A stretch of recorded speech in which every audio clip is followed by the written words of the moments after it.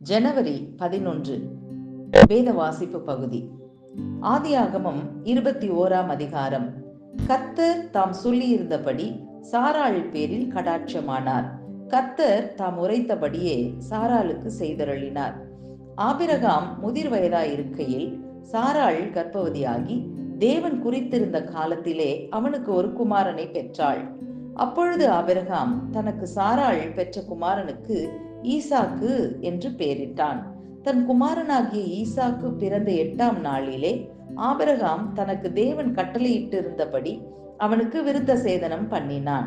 தன் குமாரனாகிய ஈசாக்கு பிறந்த போது ஆபிரகாம் 100 வயதாய் இருந்தான்.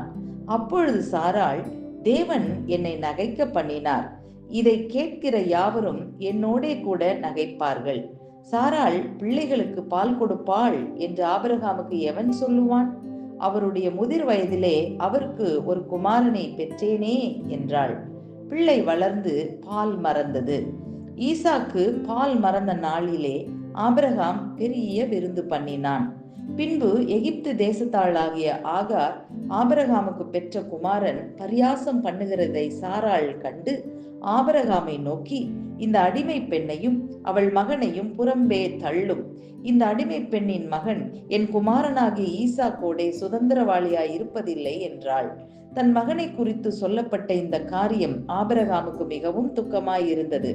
அப்பொழுது தேவன் ஆபிரகாமை நோக்கி, அந்த பிள்ளையையும் உன் அடிமை பெண்ணையும் குறித்து சொல்லப்பட்டது உனக்கு துக்கமாய் இருக்க வேண்டாம். ஈசாக்கினிடத்தில் உன் சந்ததி விளங்கும். ஆதலால் சாராள் உனக்கு சொல்வதெல்லாவற்றையும் கேள்.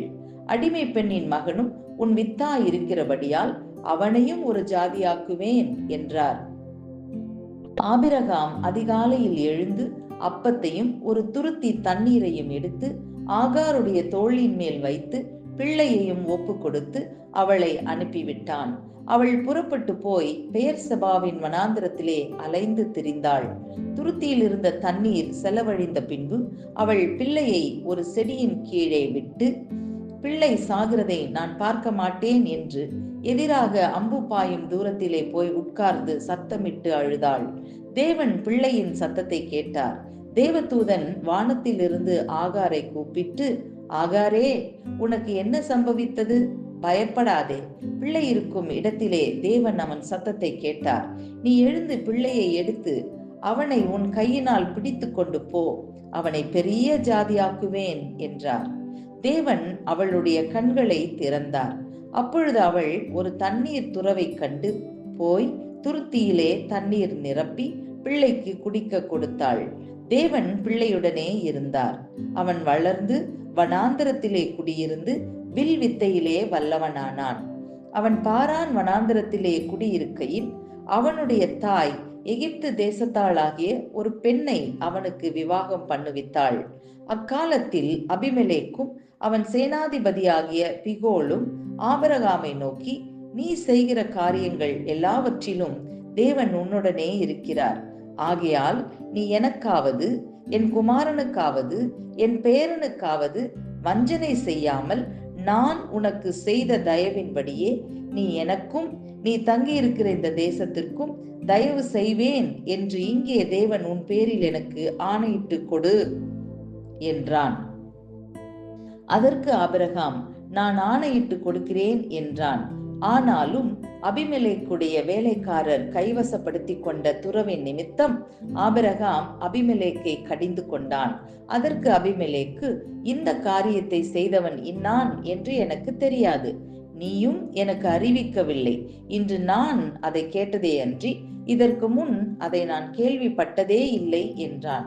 அப்பொழுது ஆபிரகாம் ஆடு மாடுகளை கொண்டு வந்து அபிமெலேக்குக்கு கொடுத்தான். அவர்கள் இருவரும் உடன்படிக்கை பண்ணி கொண்டார்கள். ஆபிரகாம் 7 பெண்ணாட்டு குட்டிகளை தனியே நிறுத்தினான். அப்பொழுது அபிமெலேக்கு ஆபிரகாமை நோக்கி, நீ தனியே நிறுத்தின இந்த 7 பெண்ணாட்டு குட்டிகள் என்னத்திற்கு என்று கேட்டான். அதற்கு அவன், நான் இந்த துறவு தோண்டினதை குறித்து நீர் சாட்சியாக இந்த 7 பெண்ணாட்டு குட்டிகளை என் கையில் வாங்கிக் கொள்ள வேண்டும் என்றான். அவர்கள் இருவரும் அவ்விடத்தில் ஆணையிட்டு கொண்டபடியால் அந்த இடம் பெயர்சபா எண்ணப்பட்டது. அவர்கள் பெயர்சபாவிலே உடன்படிக்கை பண்ணி கொண்ட பின் அபிமெலேக்கும் அவன் சேனாதிபதியாக பிகோலும் எழுந்து பெலிஸ்தருடைய தேசத்திற்கு திரும்பி போனார்கள். ஆபிரகாம் பேர்சபாவிலே ஒரு தோப்பை உண்டாக்கி சதா காலமும் உள்ள தேவனாகிய கர்த்தருடைய நாமத்தை அவ்விடத்தில் தொழுது கொண்டான். ஆபிரகாம் பெலிஸ்தருடைய தேசத்தில் அநேக நாள் தங்கியிருந்தான். ஆதியாகமம் 22ஆம் அதிகாரம். இந்த காரியங்கள் நடந்த பின்பு தேவன் ஆபிரகாமை சோதித்தார். எப்படியெனில், அவர் அவனை நோக்கி, ஆபிரகாமே என்றார். அவன், இதோ அடியேன் என்றான். அப்பொழுது அவர், உன் புத்திரனும் உன் ஏகசுதனும் உன் நேச குமாரனுமாகிய ஈசாக்கை நீ இப்பொழுது அழைத்து கொண்டு மோரியா தேசத்துக்கு போய் அங்கே நான் உனக்கு குறிக்கும் மலைகள் ஒன்றின் மேல் அவனை தகன பலியாக பலியிடு என்றார்.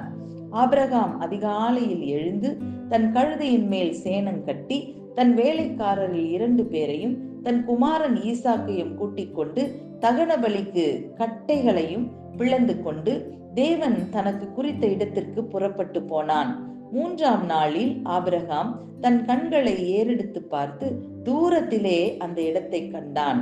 அப்பொழுது ஆபிரகாம் தன் வேலைக்காரரை நோக்கி, நீங்கள் கழுதையை நிறுத்தி இங்கே காத்திருங்கள், நானும் பிள்ளையாண்டானும் அவ்விடம் மட்டும் போய் தொழுது கொண்டு உங்களிடத்தில் திரும்பி வருவோம் என்றார். ஆபிரகாம் தகன பலிக்கு கட்டைகளை எடுத்து தன் குமாரனாகிய ஈசாக்கின் மேல் வைத்து தன் கையிலே நெருப்பையும் கத்தியையும் எடுத்துக்கொண்டான். இருவரும் கூடி போனார்கள். அப்பொழுது ஈசாக்கு தன் தகப்பனாகிய ஆபிரகாமை நோக்கி, என் தகப்பனே என்றான்.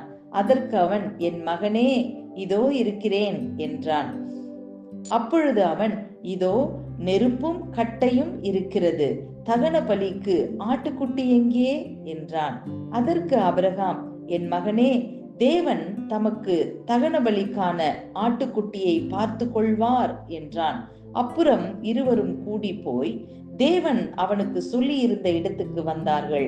அங்கே ஆபிரகாம் ஒரு பலிபீடத்தை உண்டாக்கி கட்டைகளை அடுக்கி தன் குமாரனாகிய ஈசாக்கை கட்டி அந்த பலிபீடத்தில் அடுக்கிய கட்டைகளின் மேல் அவனை கிடத்தினான். பின்பு ஆபிரகாம் தன் குமாரனை வெட்டும்படிக்கு தன் கையை நீட்டி கத்தியை எடுத்தான். அப்பொழுது கர்த்தருடைய தூதனானவர் வானத்திலிருந்து, ஆபிரகாமே, ஆபிரகாமே என்று கூப்பிட்டார். அவன், இதோ அடியேன் என்றான். அப்பொழுது அவர், பிள்ளையாண்டான் மேல் உன் கையை போடாதே, அவனுக்கு ஒன்றும் செய்யாதே. நீ அவனை உன் புத்திரன் என்றும் உன் ஏக சுதன் என்றும் பாராமல் எனக்காக ஒப்பு கொடுத்தபடியினால் நீ தேவனுக்கு பயப்படுகிறவன் என்று இப்பொழுது அறிந்திருக்கிறேன் என்றார். ஆபிரகாம் தன் கண்களை ஏறெடுத்து பார்க்கும்போது, இதோ பின்னாக புதரிலே தன் கொம்புகள் சிக்கிக் கொண்டிருந்த ஒரு ஆட்டுக்கடாவை கண்டான். அப்பொழுது ஆபிரகாம் போய் கடாவை பிடித்து அதை தன் குமாரனுக்கு பதிலாக தகன பலியிட்டான். ஆபிரகாம் அந்த இடத்துக்கு யெகோவா ஈரே என்று பெயரிட்டான். அதனாலே கர்த்தருடைய பர்வதத்திலே பார்த்து கொள்ளப்படும் என்று இந்நாள் வரைக்கும் சொல்லப்பட்டு வருகிறது. கர்த்தருடைய தூதனானவர் 2ஆம் தரம் வானத்திலிருந்து ஆபிரகாமை கூப்பிட்டு, நீ உன் புத்திரன் என்றும் உன் ஏக சுதன் என்றும் பாராமல் அவனை ஒப்பு கொடுத்து இந்த காரியத்தை செய்தபடியால் நான் உன்னை ஆசீர்வதிக்கவே ஆசீர்வதித்து உன் சந்ததியை வானத்து நட்சத்திரங்களைப் போலவும் கடற்கரை மணலை போலவும் பெருகவே பெருக பண்ணுவேன் என்றும் உன் சந்ததியார் தங்கள் சத்துருக்களின் வாசல்களை சுதந்திரித்துக் கொள்வார்கள் என்றும் நீ என் சொல்லுக்கு கீழ்ப்படிந்தபடியினால் உன் சந்ததிக்குள் பூமியில் உள்ள சகல ஜாதிகளும் ஆசீர்வதிக்கப்படும் என்றும் என் பேரில் ஆணையிட்டேன் என்று கர்த்தர் சொல்லுகிறார் என்றார். ஆபிரகாம் தன் வேலைக்காரரிடத்துக்கு திரும்பி வந்தான். அவர்கள் எழுந்து புறப்பட்டு ஏகமாய் பெயர்செபாவுக்கு போனார்கள். ஆபிரகாம் பெயர்செபாவிலே குடியிருந்தான். இந்த காரியங்கள் நடந்த பின்பு ஒருவன் ஆபிரகாமிடத்தில் வந்து, மில்காளும் உன் சகோதரனாகிய நாகோருக்கு பிள்ளைகளை பெற்றாள். அவர்கள் யார் என்றால், முதற் பேரான ஊத்ஸ், அவன் தம்பியாகிய பூஸ், ஆபிரகாமுக்கு தகப்பனாகிய கேமுவேல், கேசேத், ஆசோ, பில்தாஸ், இத்லாப், பெத்துவேல் என்பவர்கள். பெத்துவேல் ரெபெக்காளை பெற்றான் என்று அறிவித்தான். அந்த 8 பேரை மில்காள் ஆபிரகாமுடைய சகோதரனாகிய நாகோருக்கு பெற்றாள். ரேயுமாள் என்று பெயர் கொண்ட அவனுடைய மறுமணியாட்டையும் தேபா, காகாம், தாகாஸ், மாகா என்பவர்களை பெற்றாள். சங்கீதம் 11.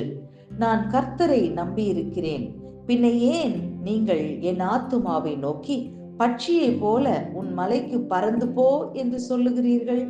இதோ துன்மார்க்கர் வில்லை வளைத்து செம்மையான இருதயத்தார் மேல் அந்தகாரத்தில் எய்யும்படி தங்கள் அம்புகளை நாணிலே தொடுக்கிறார்கள்.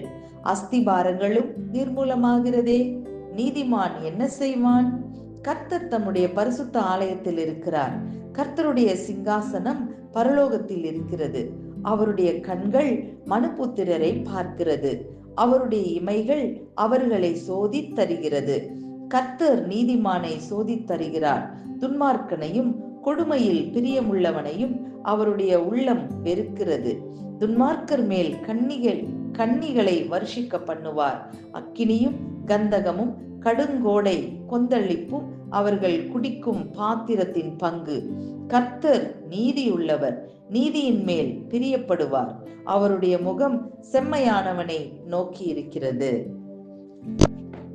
மத்தேயு 6ஆம் அதிகாரம் 1ஆம் வசனம் முதல் 18ஆம் வசனம் முடிய. மனுஷர் காண வேண்டும் என்று அவர்களுக்கு முன்பாக உங்கள் தர்மத்தை செய்யாதபடிக்கு எச்சரிக்கையாயிருங்கள். செய்தால் பரலோகத்தில் இருக்கிற உங்கள் பிதாவினிடத்தில் உங்களுக்கு பலன் இல்லை. ஆகையால் நீ தர்மம் செய்யும் போது மனுஷரால் புகழப்படுவதற்கு மாயக்காரர் ஆலயங்களிலும் வீதிகளிலும் செய்வது போல உனக்கு முன்பாக தாரை ஊதுவியாதே. அவர்கள் தங்கள் பலனை அடைந்து தீர்ந்ததென்று மெய்யாகவே உங்களுக்கு சொல்லுகிறேன். நீயோ தர்மம் செய்யும் போது உன் தர்மம் அந்தரங்கமாயிருப்பதற்கு உன் வலது கை செய்கிறதை உன் இடது கை அறியாதிருக்க கடவது. அப்பொழுது அந்தரங்கத்தில் பார்க்கிற உன் பிதா தாமே உனக்கு வெளியரங்கமாய் பலனளிப்பார். அன்றியும் நீ ஜெபம் பண்ணும்போது மாயக்காரரை போல் இருக்க வேண்டாம். மனுஷர் காணும்படியாக அவர்கள் ஜெப ஆலயங்களிலும் வீதிகளின் சந்திகளிலும் நின்று ஜெபம் பண்ண விரும்புகிறார்கள். அவர்கள் தங்கள் பலனை அடைந்து தீர்ந்ததென்று மெய்யாகவே உங்களுக்கு சொல்லுகிறேன். நீயோ ஜெபம் பண்ணும்போது உன் அறை வீட்டுக்குள் பிரவேசித்து உன் கதவை பூட்டி அந்தரங்கத்தில் இருக்கிற உன் பிதாவை நோக்கி ஜெபம் பண்ணு. அப்பொழுது அந்தரங்கத்தில் பார்க்கிற உன் பிதா வெளியரங்கமாய் உனக்கு பலனளிப்பார். அன்றியும் நீங்கள் ஜெபம் பண்ணும்போது அஞ்ஞானிகளைப் போல வீண் வார்த்தைகளை அலப்பாதேயுங்கள். அவர்கள் அதிக வசனிப்பினால் தங்கள் ஜெபம் கேட்கப்படும் என்று நினைக்கிறார்கள். அவர்களைப் போல நீங்கள் செய்யாதிருங்கள். உங்கள் பிதாவை நோக்கி நீங்கள் வேண்டிக் கொள்ளுகிறதற்கு முன்னமே உங்களுக்கு இன்னது தேவை என்று அவர் அறிந்திருக்கிறார். நீங்கள் ஜெபம் பண்ண வேண்டிய விதமாவது, பரமண்டலங்களில் இருக்கிற எங்கள் பிதாவே, உம்முடைய நாமம் பரிசுத்தப்படுவதாக, உம்முடைய ராஜ்யம் வருவதாக, உம்முடைய சித்தம் பரமண்டலத்திலே செய்யப்படுகிறது போல பூமியிலேயும் செய்யப்படுவதாக. எங்களுக்கு வேண்டிய ஆகாரத்தை இன்று எங்களுக்கு தாரும். எங்கள் கடனாளிகளுக்கு நாங்கள் மன்னிக்கிறது போல எங்கள் கடன்களை எங்களுக்கு மன்னியும். எங்களை சோதனைக்குட்பட பண்ணாமல் தீமை நின்று எங்களை ரட்சித்துக் கொள்ளும். ராஜ்யமும் வல்லமையும் மகிமையும் என்றென்றைக்கும் உம்முடையவைகளே, ஆமேன் என்பதே. மனுஷருடைய தப்பிதங்களை நீங்கள் அவர்களுக்கு மன்னித்தால் உங்கள் பரமபிதா உங்களுக்கும் மன்னிப்பார். மனுஷருடைய தப்பிதங்களை நீங்கள் அவர்களுக்கு மன்னியாதிருந்தால் உங்கள் பிதா உங்கள் தப்பிதங்களையும் மன்னியாதிருப்பார். நீங்கள் உபவாசிக்கும் போது மாயக்காரரை போல முகவாடலாய் இராதேயுங்கள். அவர்கள் உபவாசிக்கிறதை மனுஷர் காணும் பொருட்டாக தங்கள் முகங்களை வாட பண்ணுகிறார்கள். அவர்கள் தங்கள் பலனை அடைந்து தீர்ந்ததென்று மெய்யாகவே உங்களுக்கு சொல்லுகிறேன். நீயோ உபவாசிக்கும் போது அந்த உபவாசம் மனுஷர்களுக்கு காணப்படாமல் அந்தரங்கத்தில் இருக்கிற உன் பிதாவுக்கே காணப்படும்படியாக உன் தலைக்கு எண்ணெய் பூசி உன் முகத்தை கழுவு. அப்பொழுது அந்தரங்கத்தில் பார்க்கிற உன் பிதா உனக்கு வெளியரங்கமாய் பலனளிப்பார்.